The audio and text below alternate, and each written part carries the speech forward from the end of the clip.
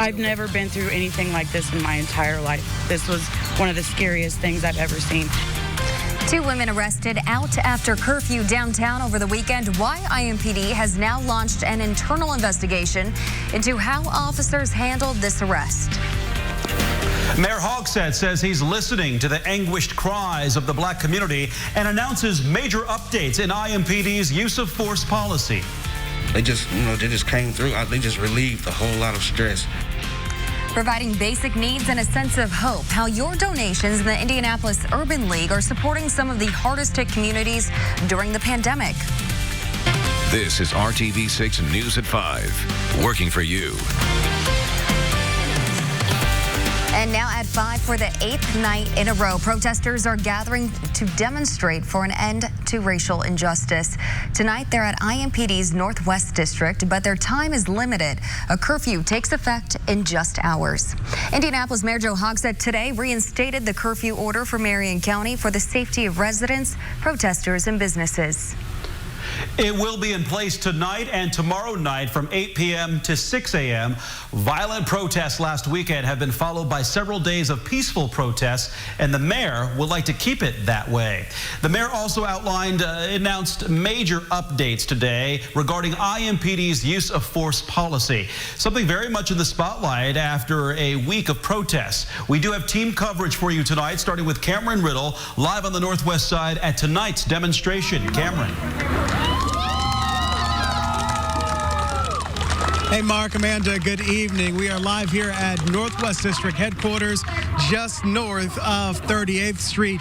This is the scene where the officer who would have shot Dre John Reed would have reported for work, and that's why protesters have taken the protest here tonight rather than downtown, as we've seen for the past 8 days. Take a look. I want to first warn you folks at home, you may hear some colorful language out here, as this is a protest, and folks are indeed upset. Right now, they are putting their messages, no justice, no peace, Black Lives Matter, spelling out Dre John's name in chalk here in the parking lot of Northwest District headquarters. It has been announced since yesterday that this was going to be the place to be. There was some confusion, and so some folks may be going downtown, but this is the official location of the protest tonight, and IMPD has been prepared for that. Take a look, Dave, if the sun cooperates, you can see that there is tape on the inside of those windows here at the police station, as they are anticipating some of them could be broken, and that'll help so that they don't completely shatter. Police cars have been removed from this location to the other businesses, and we've also seen that there are police officers on top of the headquarters here tonight. Things just getting started, and folks are upset, as we have now been 30 days since Dre John Reed was shot and killed in 62nd and Michigan. Reporting live tonight, I'm Cameron Riddle, RTV6. Thank you, Cameron, for that report. And tonight, an internal investigation is underway looking at whether or not IMPD officers followed the department's policy when arresting 2 women downtown Sunday. Video that has now gone viral. It shows one of the women being hit by officers with a baton. RTV6's Nicole Griffin is finding out what happened from one of the women involved and getting a response on where that investigation stands from police. The arrest happened right here at the corner of Washington Street and Pennsylvania Street Sunday night as the curfew went into effect. The video showing that arrest has now gone viral. And tonight, while we don't have those exact moments to show you on camera, we do have an interview with one of the women who walks us through everything that happened that night. We beat people now. We beat people like this because they're out past curfew. This is video RTV6 captured right after Rachel Harding was arrested downtown Sunday night. Harding in handcuffs along with a woman she says is named Ivory. The two met on Sunday and Harding offered to take her home. She says police did tell them to leave downtown since it was after curfew. But before they made it to their vehicle, Harding says officers approached them and told them to get on the ground. As he detains her hands behind her, he takes his hands in front of her and she flinches back. You can see clearly on the video. She flinches back. At that point, they start hollering out that she is resisting. That's when they start hitting her with the batons. Next are the rubber bullets. I'm clearly there stating, like, why are you doing this to her? Harding says she was then pushed to the ground and arrested. The 2 arrests are now the focus of an IMPD internal affairs investigation. I asked IMPD Chief Randall Taylor where it stands. I will admit, looking at that video, I had concerns as well. And I can promise that regardless of the outcome of that investigation, we will be looking at a retrain to that type of scenario. Chief Taylor says the focus of the investigation is whether the officer's conduct was reasonable or not. We will continue following up to find out the results of the investigation. Working for you, Nicole Griffin, RTV6.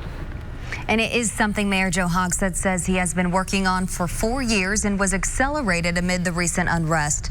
Changing IMPD's use of force policy. Today, the mayor unveiled key points in the drafted changes.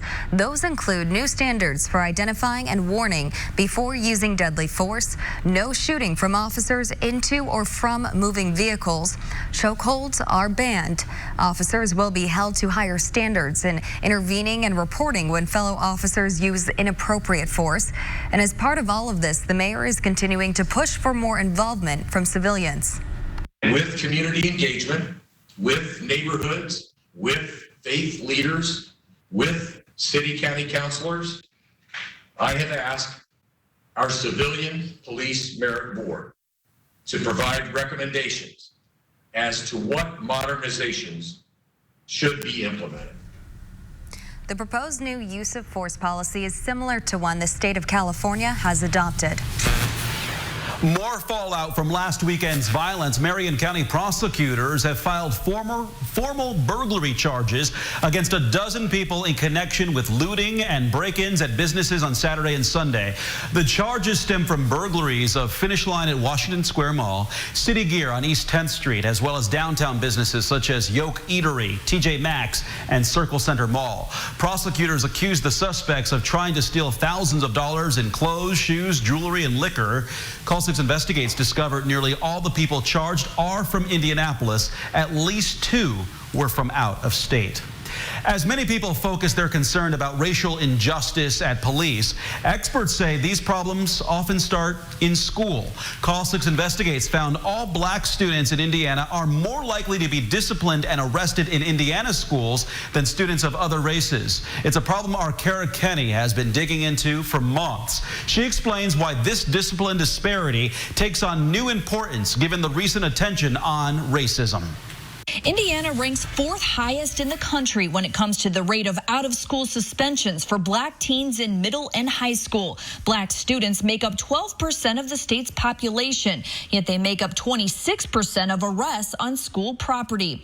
Experts say this discipline disparity has lifelong impacts on black people in our state.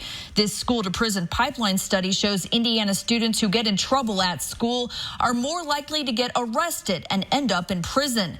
The Positive School Discipline Institute is working to stop that cycle. If there are more school resource officers in a school, there's more opportunity for a child to be arrested or to have an encounter with a police officer. We're trying to get to the relationship between the educator and the student to improve that relationship so that we can keep kids engaged in school and on the right track and reduce suspensions. Because we know when kids are suspended, when they're put outside of the school community, they're at much greater risk of having contact with law enforcement. The Positive School Discipline Institute trains school leaders, teachers, school police, and other staff about cultural differences, the role of trauma in children's behavior, and implicit bias, which are the unconscious views we all have about certain groups of people. But schools do not have to do this kind of training. It's not required by law. As people continue to march against racial injustice, experts say they're working to stop tense police interactions long before they happen. Kara Kenny, RTV6.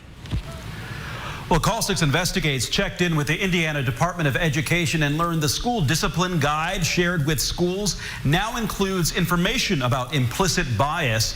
The Department of Education is also offering trainings through the Peace Learning Center at no cost to schools. The plan is to train dozens of school districts starting this fall. And today at the governor's coronavirus briefing, we learned of a special effort to address the health and safety of those who have been protesting downtown this past week. The state health commissioner said by their very nature, protests make it difficult to social distance and therefore can increase exposure to COVID-19.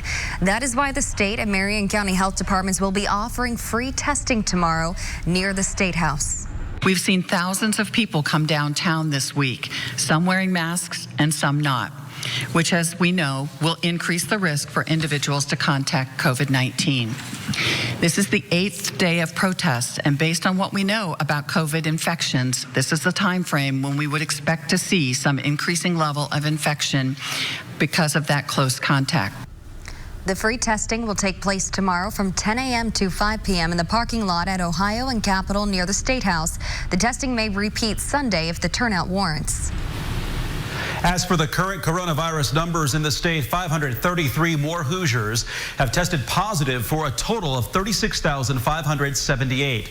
27 more Hoosiers have also died from coronavirus between May 11th and June 4th. That makes a statewide total of 2,078. Still ahead here on the news at 5, Indy Parks announces a plan to open pools for the summer. The special steps being taken to keep visitors safe. It's warm and humid, but dry in central Indiana. We'll talk about our thunderstorm chances this evening and the changes for the weekend straight ahead.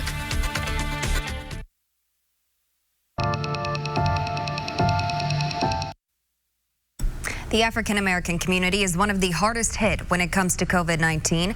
And researchers say not only are they testing positive at a higher rate than other races, but economic impacts are also taking a toll. RTV6's Megan Sanctorum found out how one organization is working to provide a basic need and a sense of hope for communities in need. Mission here at the Indianapolis Urban League is to help African Americans and other minorities achieve social and economic equality. It's a mission some say is more important now than ever. Packing boxes and providing food. This is just one way the Indianapolis Urban League is helping those in need. The organization says so many people in the community lost their job due to the pandemic that the need right now is at an all-time high. You can't take the small things for granted. We know that while things are starting to open back up in the community, that doesn't mean that people got their jobs back. It doesn't mean that their wages were restored. The Urban League is also helping people pay their rent and other bills, something made possible thanks to $250,000 in funding from the COVID-19 Community Economic Relief Fund. Jerome Turner is just one of many out of work due to the pandemic. He says he's making it by thanks to the Indianapolis Urban League. They pay my rent, my utilities, my car note for a month. They just came through. They just relieved a whole lot of stress and gave me more time to plan for how I was going to make it through the rest of the pandemic. Also providing a sense of security and hope for the future. I don't really feel like I have any worries because I have the support of the Indianapolis Urban League. Working for you, Megan Sanctorum, RTV6. And RTV6 is proud to be working together with the United Way of Central Indiana during this crisis and showing you how money donated to the COVID-19 Community Economic Relief Fund is used. Nearly $24 million has been donated so far, and more than $18 million has been paid out to 137 different organizations, including the Indianapolis Urban League. You can donate to the fund by texting HELP 2020 to 91999. Some encouraging economic news today. The government reported surprising job gains for the last month. The U.S. unemployment rate fell to 13.3% in May, and 2.5 million jobs were added. In April, the unemployment rate soared to 14.7% when losses from the pandemic really took hold. The May job gain suggests businesses have quickly been recalling workers as states reopened their economies. But it's not all good news. 9 Indiana locations are among the 154 JCPenney stores that are now closing nationwide. It's the company's first phase of its reduction plan. The stores are on Michigan Road in Indianapolis, Kokomo, Muncie, Richmond, Madison, Bedford, Elkhart, Plymouth, and Vincennes. The company said it could take 10 to 16 weeks to complete the closures. Penny's filed for bankruptcy protection last month, the biggest retailer to do so since the pandemic forced non-essential stores to close temporarily. Indy Parks announced a plan today to open 5 pools this summer with social distancing and safety rules in place. You still have to wait another week. The pool's slated to open next Saturday, June 13th, are Bethel, Frederick Douglass, Perry, Riverside, and Willard Parks. They will be open 6 days a week at 50% capacity. The pools will be open Tuesday through Sunday from 10 a.m. to noon, 1:30 to 3:30, and 5 to 7. There will be multiple cleanings per day. There will also be separate locker rooms and restrooms for pool visitors only. Pool spray features and park spray grounds will not be available until further notice.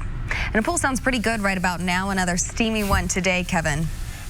It's a way to get out of the humidity, and what will change over the weekend, the biggest change, will be the humidity dropping. Let's call it somewhere between comfortable and pleasant. Hopefully you like to live in that range Saturday and Sunday. I think Sunday probably has the best of both worlds. A little lower temperature, and the humidity will be a lot lower. It's a temporary break because we'll get back to more humid conditions early next week. You are good to mow, not just tomorrow or Sunday, but on Monday as well. But if you have more exciting weekend plans, you've got the green light for that as well. Tomorrow, the virtual Tour de Cure for the American Diabetes Association. What a great day for that. Temperatures still warm, but with the humidity lower and all that sunshine and a north wind, it will be a great day to get out, ride, run, or walk, all in the name of helping the Diabetes Association raise some money. Temperatures across central Indiana with some cloud cover are warm this evening in the mid to upper 80s. But notice what we don't have. No thunderstorms developing now, and I think the chance just 20%. Unlikely to see any widespread thunderstorms. And that will continue the next several days. Excuse me, a little tickle in my throat. 90 in Lafayette, 90 in Muncie. It hit 91 in Lafayette today for the high, 85 in Indy. Say hello to Charlie. Look at that, tongue is out, he's happy, rolling over, and wait until tomorrow. I think we'll all have a little more energy around when the humidity's gone. Thanks to Sarah and Renee for sharing the picture this evening, and keep smiling there, Charlie. Temperatures in the 70s by 11 o'clock. We'll be in the 60s tomorrow morning. It is Sunday morning. You really begin to notice the change. Temperatures in the upper 50s, afternoon highs during the day tomorrow in the mid-80s, but with a north breeze and the falling humidity, it will be a nice afternoon. You get up closer to Lake Michigan or the state line with Michigan, temperatures will feel cooler, should be around 80 degrees. Sunday, nice combination of sunshine, low humidity, and also comfortable temperatures for this time of year. Want to point out, we still have our eye on Cristobal. The remnants of that tropical storm may bring rain our way in the middle of next week. Keep our eye on heavy rain potential. Also, tropical systems can increase the winds and even impact the potential for severe weather, but that's all a long way off. We'll keep our eye on that. Notice what happens right before that moisture arrives. 91 next Tuesday. Temperatures after that start to cool off again by the end of next week. Have a good weekend. Thank you, Kevin. And as Kevin just mentioned, Biking for a Cure. The event is not quite the same this year, but the goal is still ahead here at 5, how you can take part in the Tour de Cure. Working for you. For the first time in its history, the American Diabetes Association will host a virtual Tour de Cure due to the coronavirus pandemic. The event is tomorrow morning and will be on Facebook Live.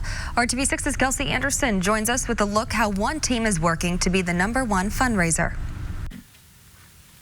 Even though the finish line looks different this year, the mission is still the same, raising awareness and money to hopefully one day find a cure for diabetes.